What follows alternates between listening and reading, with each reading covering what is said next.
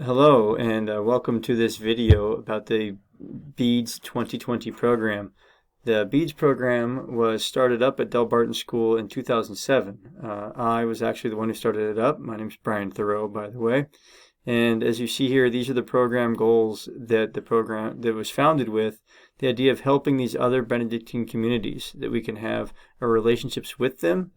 A large part of this trip is a cultural and sharing experience, and then trying to help them with their apostolates, so especially their schools and the orphans that are there, and helping with their deeds. So for the past 13 years, I've been taking a group of students to East Africa in Kenya and Tanzania. So we go to Africa and East Africa. We're talking about this area inside of here, Kenya, and then Tanzania. For this year's trip, the rough idea is to start in Kenya. So we would travel direct flight from Newark, New Jersey into Nairobi, Kenya. Nairobi, Kenya is right there on this map. And then from Nairobi, a bus will pick us up at the airport and drive us up to my family's house in Nyeri. And we'd stay with my family there. My wife is from Kenya. We met when I was a Peace Corps volunteer there before coming to Delbarton. So we'll stay with her parents and her sisters and cousins in the village. Then the next day we'd wake up, have a little tea, breakfast, and go on a rhino safari. There's a rhino reserve there where they breed white rhinos. And from there we'd go to Nairobi and stay with a group of sisters there that we've partnered with several times in the past, and we'll see their school and possibly go to the museum. To give an idea of what this would look like, there's some boys from last year hanging out inside my family's home. This is at the family farm, and you can see tea growing in the background there along with some of the trees. And then for the safari, there's a giraffe at that safari. After leaving Kenya, we would fly to Tanzania. So in this picture here, up here, we have Nairobi. We'd fly from there to Dar es Salaam. In the airport in Dar es Salaam, we'd catch a connecting flight to go to Mbeya. And we'd stay in Mbeya, where the monks of Hanga Abbey have a guest house for us there. We'd spend the night. And then we'd get into a car and drive from Mbeya down to this region here in Songea, where the monks of Hanga have two secondary schools and their large monastery. St. Benedict Secondary School for girls, Colon Secondary School for boys. So this is roughly what the drive would look like as we go down there, and we'd be in a bus similar to this one that's coming at us. It's just a drive on down the road. When we get to Hanga, this is the guest house that the monks have in Hanga. As you see, it's 2 stories. We spent a lot of time hanging out here on this balcony in the room behind it. One of the rooms inside the guest house, so you can get an idea. Each boy would either have his own room with a bathroom with the room, or be sharing a room with one other person at most. And then that's what the rooms look like. You have the mosquito nets there, you have the windows, lots of natural light, fancy pillow. Then we can play some soccer there, as well as going to some of the classes. Just an example of what some of the food might look like. Here's a group from a couple years ago just getting ready. This is actually tea time, so they had sodas and fruit and some snacks to eat as we were hanging out there. Here's like a typical, I think this was actually a lunch, although who knows, they could serve this for dinner, whatnot. We have all kinds of starches here, pasta, rice. There's some mashed potatoes. This looks like some kind of potato salad. There's going to be lots of food for us. Eating is not a problem. If you have dietary concerns, you can talk to me about that individually, but they feed us a lot. They take very good care of us. Okay, so from Hanga, we would be in Hanga through that weekend. When the classes aren't in session, we do some touring around, go up to hike in the area, go to a farm that the monastery has where they grow their own food, see how they power themselves with their own hydroelectric dam, and then just stay in Hanga that Saturday night. Sunday, have Mass in Hanga with the assembled community there at the monastery, and then travel to Chipole and then meet up with the sisters there. In Chipole, we'd visit their secondary schools, stay at the orphanage, or not stay at the orphanage, but visit the orphanage and stay there at the school. So some photos of what the classrooms are like. One of my favorite teacher friends there in St. Agnes. And then there's a student hanging out, enjoying the classes in the morning there. The accommodations in Chipotle, they tend to put us in one room, like a barracks style. So all the students would be in one room together. I would have another room on the side. And there you go. And this room is a good example of how a student brought his guitar because he wanted to play some music while we were there. If you have any special skill or talent you want to share with people, please do so. Another photo from Chipotle, just to emphasize, in many places that we go, we will have a Western toilet, very nice, with the shower right next to it, and the shower head would be up here. But in some places, we have what's called a Turkish toilet, which is just a very fancy outhouse, ceramic and everything. There's plumbing, there's water that flushes it. It's just not your Western-style toilet. If you have questions about that, I can talk to people about that. An example of a project that the BEADS program helped out with in Chipotle with the sisters. This is the cooking area at the school and with the orphanage. It's just you can see it's dirty. It's wood burning. It's just not upkept. The plumbing's not working right. And we converted that into this. So they could not only have better conditions, but they could teach culinary skill in dietary nutrition classes. So going from this to this. Now, of course, we didn't do that, but we were able to provide for all of that and to help with a small part of the actual physical work.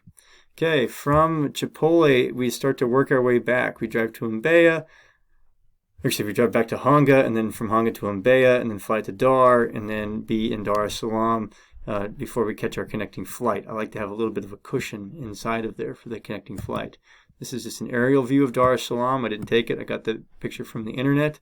And this is so in this picture, this is downtown Dar. Our guest house for the monks is over here somewhere in that area. And then we would go across. There's a bridge now that's been put in back here. So it didn't exist at the time this photo was taken. Then we can get onto this other peninsula and go to one of the beaches. We're not going to go to these. We go to the other side. And we can be at the nice Indian Ocean beach. It's awesome, warm, beautiful white sand. It's like the Caribbean inside of there. So that's like an overview of our trip inside. Kind of having us leaving on the Friday the 5th of June and extending through the 19th or 20th of June. Those dates are very much to be determined by buying tickets. My initial plan was to buy airplane tickets over spring break. At this point, I'm going to hold off on buying those tickets until the week after spring break. More on that later.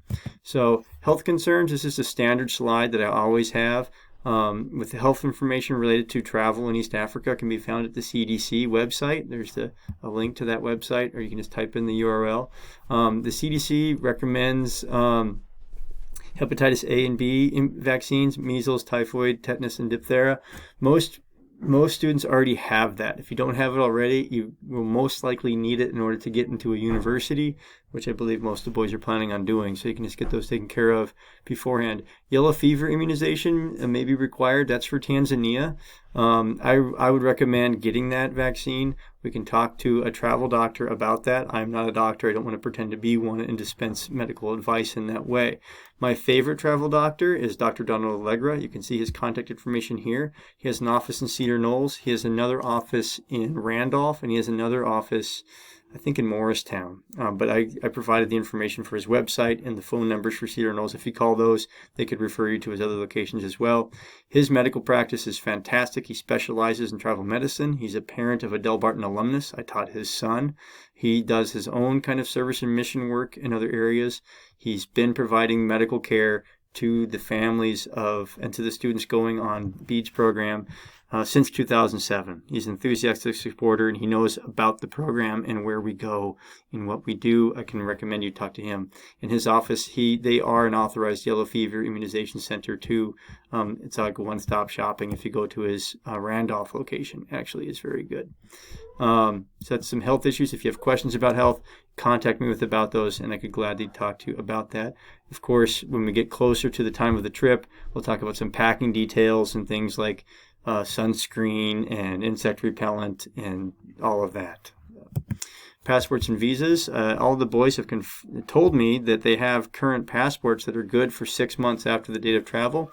It'd be nice to confirm that by getting the actual photo page. So I need a color copy of each traveler's passport photo page.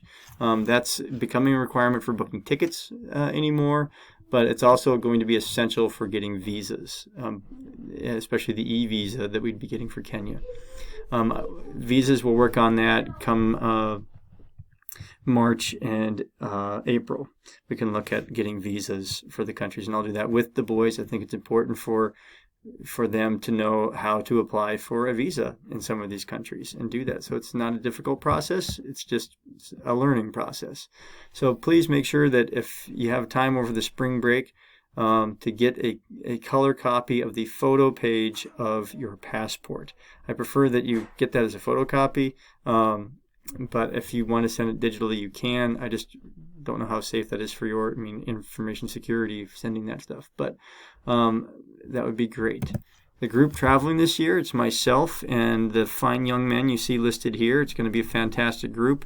The size of this group was limited this year by the homestay experience, staying with my family in Kenya, and some of the traveling logistics as we go down the road. If the group gets too big, it's really hard to fit us into facilities and feed us well, and lodging and transport. So this is the group that's going with us. There's my email address, b.thoreau@delbarton.org. If you have any questions, please feel free to contact me at that address, and I will get back to you with that. And I can also talk to you on the phone.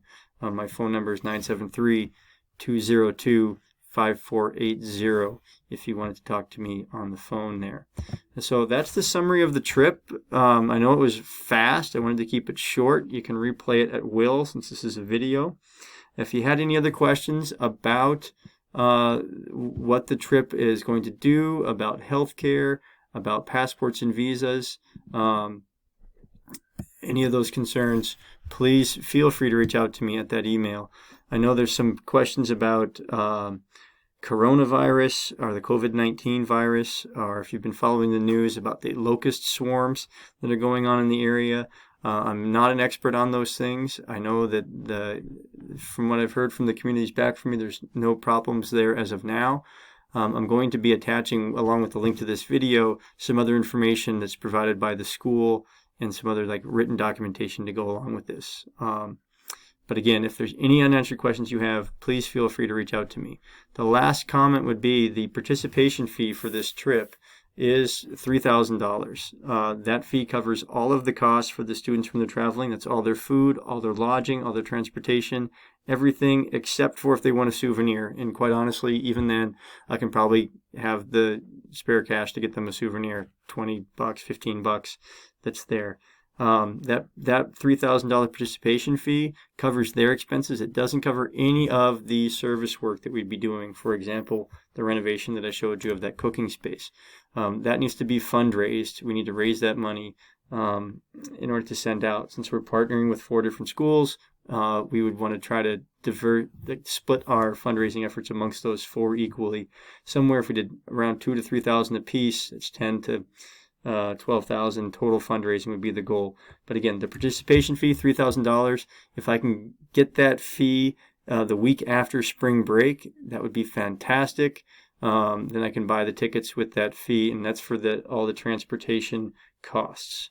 Again, any questions about the transportation fee, medical care, what we do, logistics, reach out to me. That's my email address, b.thoreau@delbarton.org.